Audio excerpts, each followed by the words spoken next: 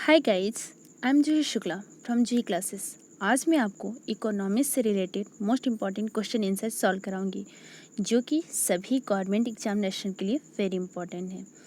First question, SEBI की स्थापना कब की गई? तो इसका राइट आंसर है 1988, यानी ऑप्शन बी।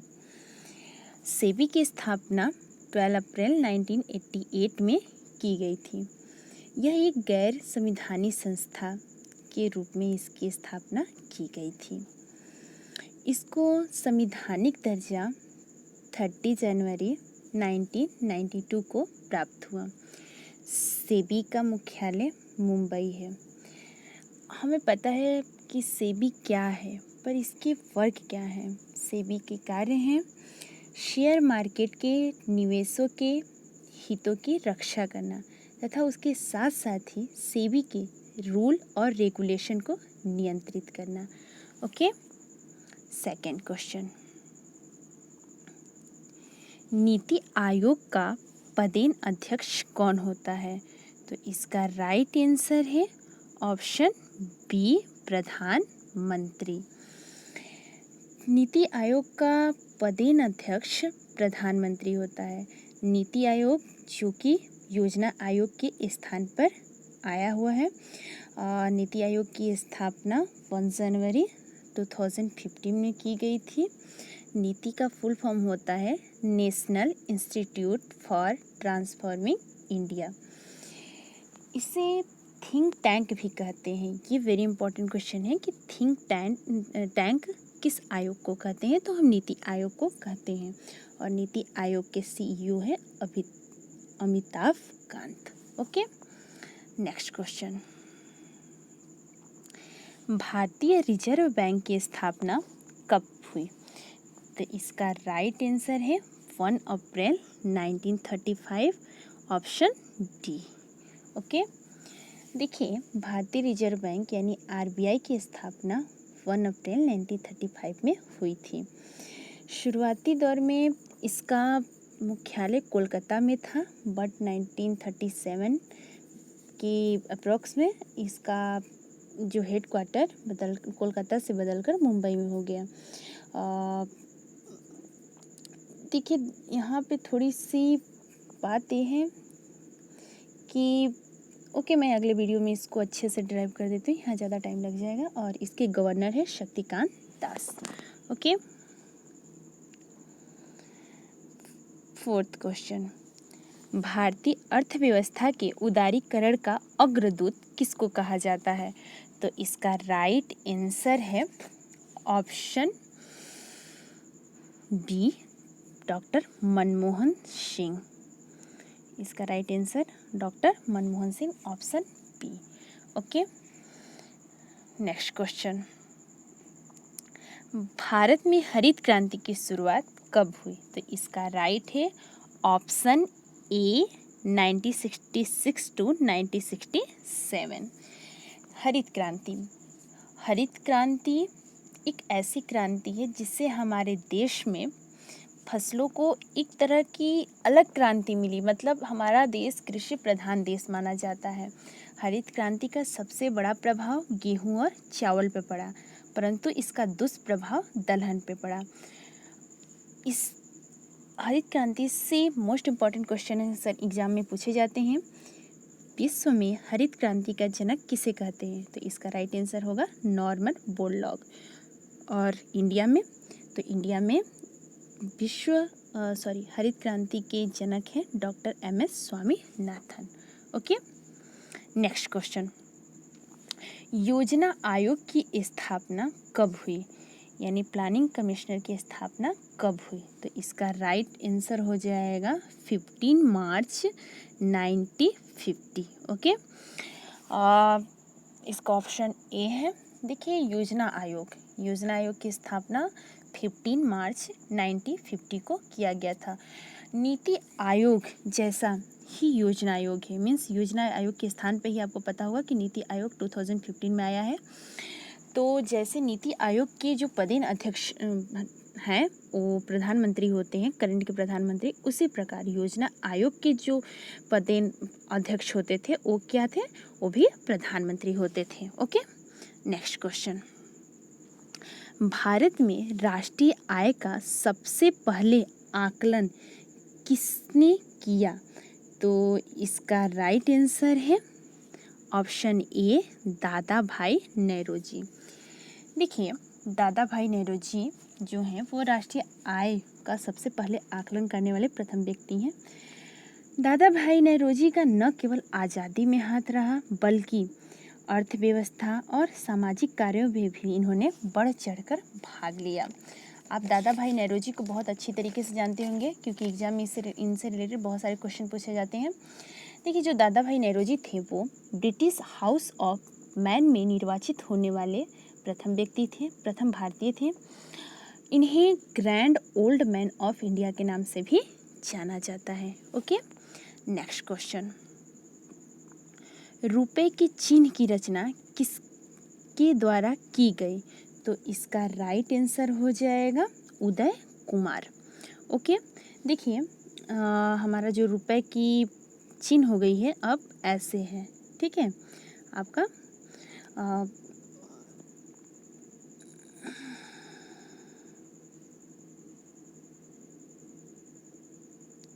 ओके, तो रुपए भारत का हमारे भारत का सिंबल है। उदय कुमार ने 2010 में रुपए के सिंबल की रचना की और भारत दुनिया का ऐसा 5वां देश है जिसकी मुद्रा की अलग पहचान है। जैसे अमेरिका की क्या है, डॉलर है, तो डॉलर की कैसी पहचान है, डॉलर का आपका सिंबल ऐसे है। ओके, इस तरह से करके है, उसी तरह हमारे रुपए की सिंबल ऐसे है। ओके, नेक्स्ट क्वेश्चन, भारत में योजना आयोग की स्थापना की गई किसके द्वारा? यानी इसका राइट आंसर हो जाएगा केंद्रीय मंत्रिमंडल के एक प्रस्ताव द्वारा।